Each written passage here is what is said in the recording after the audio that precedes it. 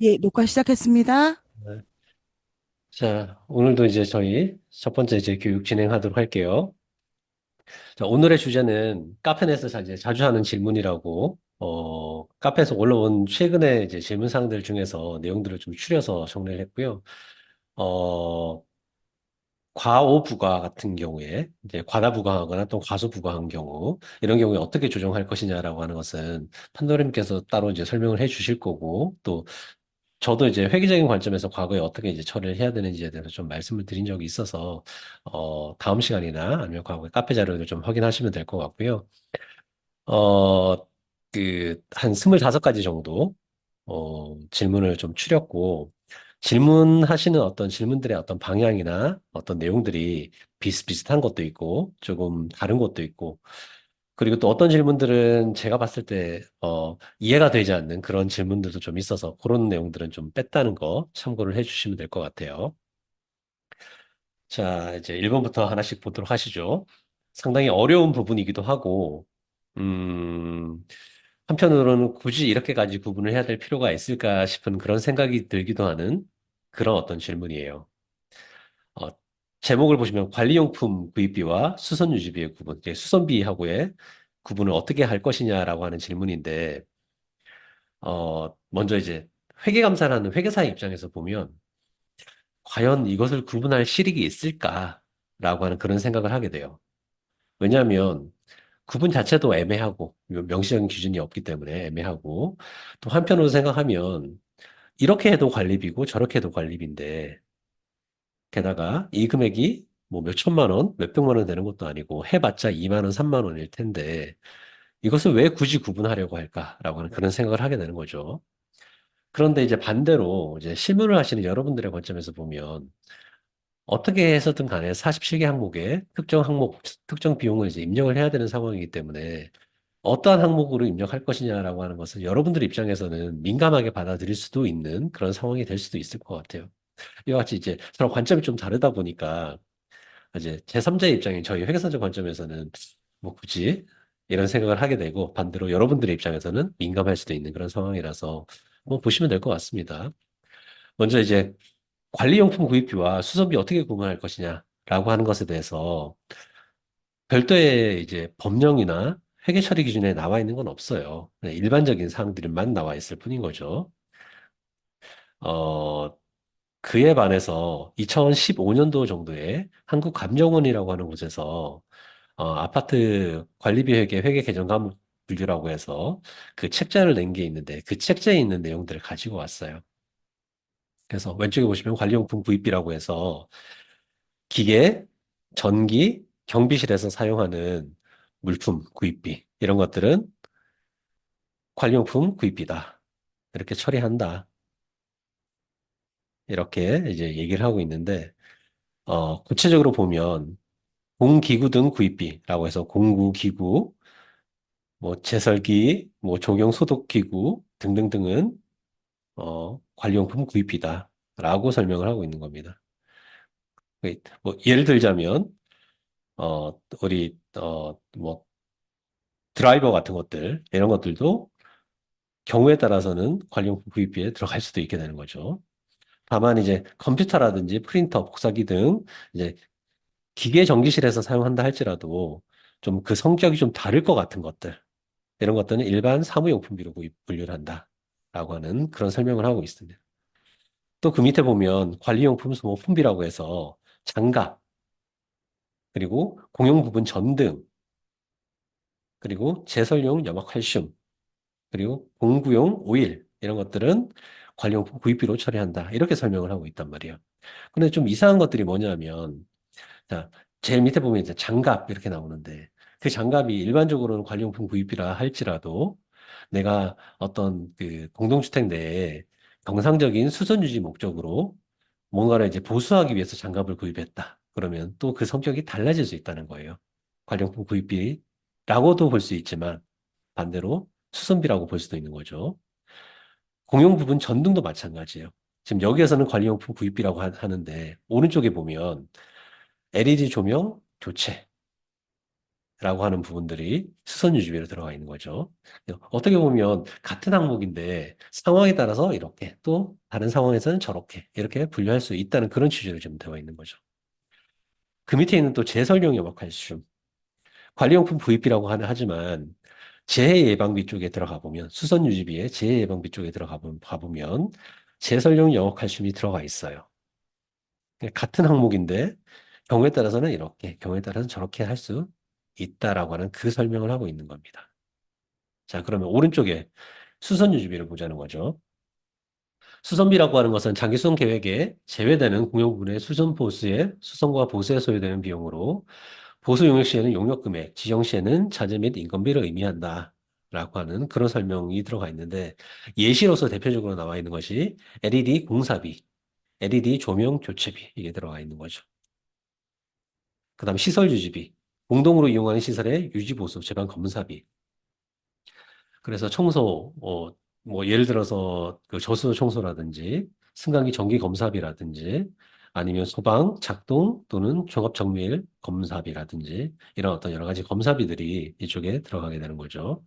자, 이런 어떤 설명들을 보면, 단순히 이제 관리용품 구입비, 수선유지비 구분, 이 자체도 물론 이제 고려해야 될 사항이지만, 아파트 관리비에 대한 구분 자체가 다소 모호할 수 있다는 그런 얘기를 직접적으로 좀 설명하고 있는 거예요. 실제로 이 책에서도 제가 하단에 기재를 했지만 참고 목적으로 제공되는 것이고 공동주택의 관리 특성에 따라서 세부 사항은 달라질 수 있다라고 언급을 하고 있어요. 다시 말해서 책자에 있는 내용이 절대적인 기준이 아니다. 아파트의 상황에 따라서 보실 수 있다. 수정해서 쓸 수 있다라고 하는 그런 취지이기 때문에 제가 볼 때 보다 중요한 것은 해당 아파트에서 과거에 어떻게 처리해 왔느냐. 그것을 보고 일관되게 처리하는 것. 그게 보다 중요한 사항이 아닐까 생각이 드는 거죠. 또 다른 예로서 하나 더 이제 제가 교육할 때 가끔씩 예를 드는 건데, 정수기 임차료, 정수기 렌탈료를 예를 많이 들어요. 이 정수기 임차료는 아파트 관리비 회계 개정 과목에서 어떤 걸로 구분되어야 될까라고 하는 거죠. 자, 어떤 단지를 가보면 복리후생비로 처리를 해요. 또 어떤 단지를 가보면 잡비로 처리하는 거죠. 또 어떤 단지를 가보면 관리용품 구입비로 처리하고 또 어떤 단지를 가보면 일반 사무용품비로 구분을 해요. 아파트마다 다 다르다는 겁니다. 그러면 한 군데를 맞는 것이고 나머지 세 군데는 틀린 거냐? 그게 아니라는 겁니다. 해당 아파트의 성향에 따라, 특성에 따라서 그 아파트의 상황에 맞게끔 특정 개정 과목을 선정한 다음 일관되게 쓰면 된다라고 하는 그 얘기를 하고 싶은 겁니다. 그래서 어떤 개정 과목을 써야 되나요? 라고 하는 것은 일반적으로 중요하지 않다. 진짜 중요한 것은 장기손 충당금으로 쓸 것이냐, 아니면 관리비로 부과할 것이냐, 또는 관리비이냐, 사용료이냐, 이것에 대한 구분이 중요한 거지. 세부 항목은 경우에 따라서 중요하지 않을 수 있다라고 그 말씀을 드리고 싶은 겁니다. 자, 두 번째. 네. 외부 주차료를 재원으로 해서 입주민에게 주차비를 지원해주고 싶습니다. 이제 가능할까요? 자, 이 질문을 하신 게 있어요. 자, 질문 내용입니다. 단지에서 외부 주차로 관리 외 수익이 발생을 하고 있는데 이번 주차장 공사로 입주민 주차비, 주차료 지원을 하려고 하는데 가능할까요? 그래서 현재 이제 단지 주차장 공사를 하고 있다 보니까 입주민의 차량을 외부에 공용 주차장이나 아니면 타 건물의 주차장에 주차를 해야 되는 상황입니다. 이와 같은 상황에서 입주민들에게 주차료를 지원하려고 하는데 이게 가능할까요? 회계상 뭐 관리의 비용이든 뭐든 간에. 자, 이런 질문인데, 아파트는 명확합니다. 아파트는 외부 주차료이든 내부 주차료이든 간에 일단 주차료가 발생했다라고 하면 그것은 관리 외 수익이 되는 거죠. 자, 이와 같이 관리 외 수익을 가지고서 어떠한 용도와 사용 절차로 쓸 것이냐라고 하는 것은 관리 규약으로 정할 사항입니다. 그래서 이와 같이 관리 규약으로 정하고 있다면 입주민들에게 주차장 공사로 인해서 입주민이 외부에 차량을 주차했을 때 소요되는 비용을 지원해 줄 수 있겠죠. 공동주택 같은 경우에는. 이게 일반적인 설명인 것이고, 하지만 공동주택 같은 경우에 하나 더 생각을 해야 돼요. 과연 외부 주차료를 받을 수 있는 상황이 맞는지를 말입니다. 일반적으로 보면 공동주택의 공용 부분은 영리 목적을 쓸 수 없습니다. 영리 목적으로 쓰면 행위 신고나 행위 허가를 받을 때 불허 결정이 나오기 때문에 안 된다라고 하는 결정이 나오기 때문에 그렇습니다. 그렇기 때문에 외부 주차를 받을 수 있는지 그 자체부터 먼저 검토를 해야 되는 거죠. 공동주택 같은 경우엔. 그래서 그게 가능하다라고 하면 그 이후에 그러면 관리규약에 외부 주차를 지원할 수 있는 근거가 있는지를 살펴보고 또 그에 따라서 진행을 하시면 될 문제일 것 같아요. 근데 집합 건물은 조금 상황이 달라요. 기본적으로 외부 주차를 받을 수 있어요. 네, 집합 건물의 공용 부분을 영리 목적으로 이용해서는 안 된다라고 하는 기준 자체가 없기 때문에 그런 거죠. 네, 원칙적으로 외부 주차가 가능해요. 근데 이거하고 별개로 외부 주차, 잡수입을 가지고서, 어, 특정 목적에 쓸 것이다. 라고 하는 결정을 하려면 일반적인 관리에 관한 의사결정이기 때문에 관리단 집회의 결의를 받아야 돼요. 가장 일반적인 방법입니다. 아니면 규약에 있어야 돼요. 경우에 따라서는 우리가 일반적으로 보면 관리단 집회를 계속해서 개최할 수 없으니까 관리위원회에 많은 것들을 위임을 하죠. 또는 관리위원회에서도 관리인에게 많은 것을 위임한단 말이에요. 이와 같이 위임을 하고 있다면 관리인 혼자서라도 결정을 할 수가 있겠죠. 자, 아무튼 이와 같은 과정들을 거쳐서 적절한 이제 그 규정의 내용이 있다면 또는 적절한 절차를 거쳤다면 입주민에게 주차비 지원도 가능하다라고 하는 그런 내용입니다. 그다음 세 번째, 세탁기를 구입하기로 의결을 했어요. 그런데 의결 받고 나서 가만히 생각해 보니까 세탁기 구입이 불필요해진 거예요. 이 경우에는 그럼 어떻게 하면 됩니까? 라고 하는 그와 같은 질문인 겁니다. 자, 올해 초에 입주자 대표회의 의결을 거쳐서 시설치 및 세탁기를 구입하기로 결정을 하였습니다. 다만 의결 후에 시설팀에서는 집에 가져가서 세탁할 것이므로 세탁기 구입이 불필요하다라고 하는 상황입니다. 이제 의결을 받고 났는데 그 나중에 이제 불필요하다라고 얘기를 하는 거예요. 의결을 받고 구입하지 않아도 문제 없을까요? 라고 하는 질문입니다. 이게 어떻게 보면 회계와 크게 이제 관련은 없는 사항인데 그 아파트의 이제 관리 구조에 대한 내용이기 때문에 제가 굳이 이제 가지고 온 거예요. 자, 아파트는 의사결정기구로서 입주자 대표 회의가 있는 거죠. 그리고 그것을 집행하는 기구로서 관리 주체, 관리사무소가 있는 겁니다. 자, 이런 구조를 생각을 해보면 입주자 대표 회의라고 하는 의결기구가 결정을 했어요. 의사결정을 한 겁니다. 사자 결정을 한 겁니다.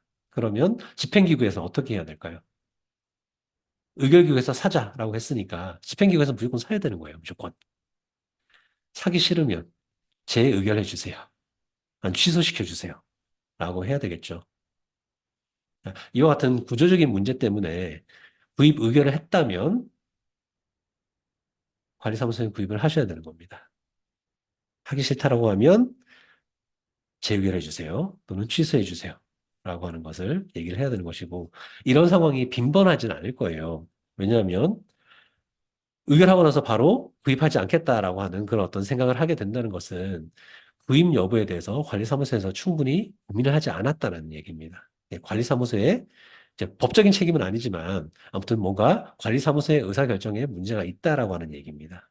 그래서 좋은 모습은 아니기 때문에 일반적으로 발생하는 그런 모습은 아닐 거예요, 이게.